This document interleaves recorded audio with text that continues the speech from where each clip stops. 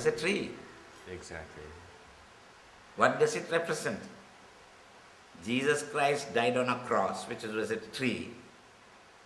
Joseph was a carpenter. The Buddha sat under a tree. Is it just a piece of furniture or is it just wood? It's much more than that. A tree is life. It is water. It's the access. It is the method by which man reaches the divine. So in every culture, not Sri Lankan, I mean in every culture on the planet Earth, the tree prefigures civilization. The dance around the tree, the word cult comes from cultivation, culture.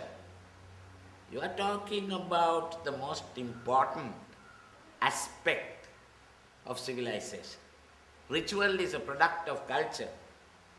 Culture is dancing around trees. Trees are about attaining the infinite. So traditional societies all looked upon the tree as giving shelter even to the man who cut it down.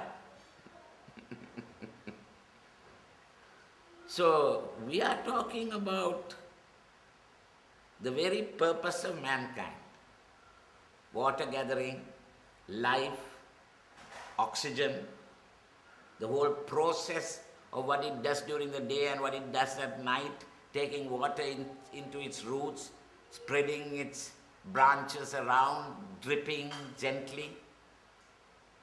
And from time immemorial, what have we done with this tree that we worshipped?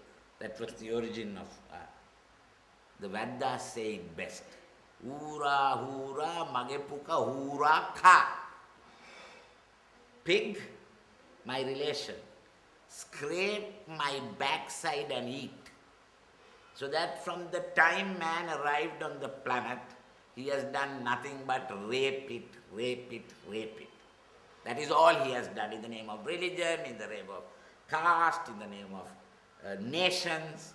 And we know that to be a fact. We are not concerned about that.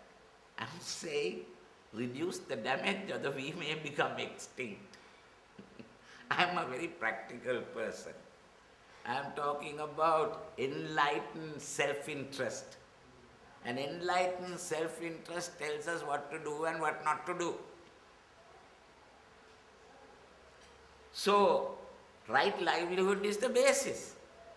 Without right livelihood, forget it. When there was right livelihood, we made beautiful buildings, we made wonderful works of art, we created, all of Sri Lanka was beautiful, which is why we called it Dhammadeepa, the island of balance. Right? But when you have lost the principle, when you no longer know where you are going or where you are coming from, you have got anarchy. And what prevails in Sri Lanka today is chaos and anarchy. And therefore, everything produced is ugly, everything produced is outlandish, everything built is out of proportion. Go around and look at the modern Buddhas built by modern Sri Lanka, all out of proportion. This is Gaul Road civilization. The civilization of the Gaul Road, which starts in Jaffna and ends in Matara.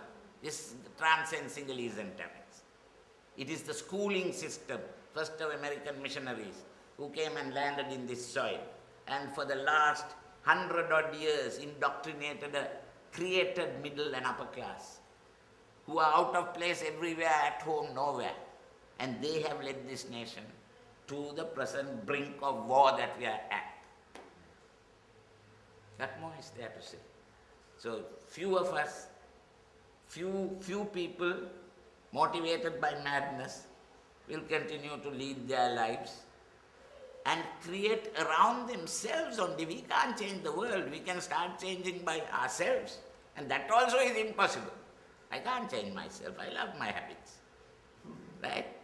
So, I didn't believe the word government should be removed from our vocabulary. Because I can't even govern myself. How can I govern somebody else?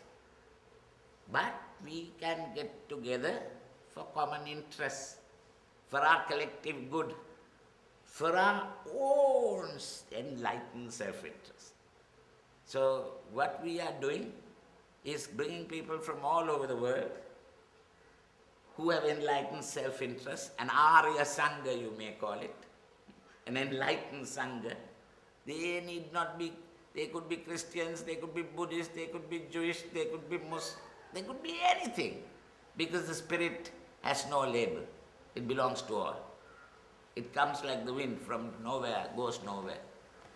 So we are now busy in a little corner of God's own forest, Devyange Calais, in the old south face of Sri Lanka, close to the capital of Katragama, which is one of our oldest civil places of worship in this country.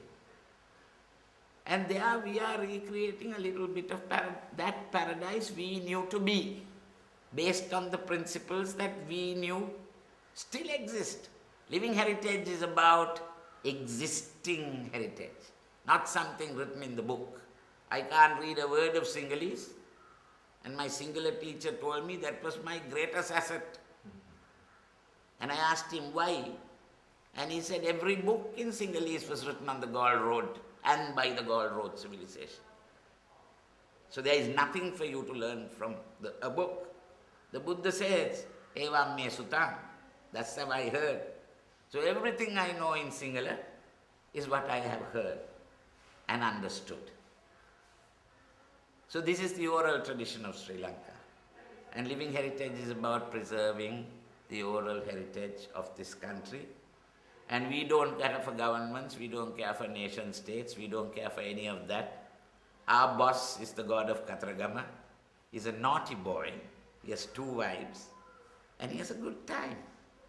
And his motto is Kapalla, Bipalla, Jolikarapalla.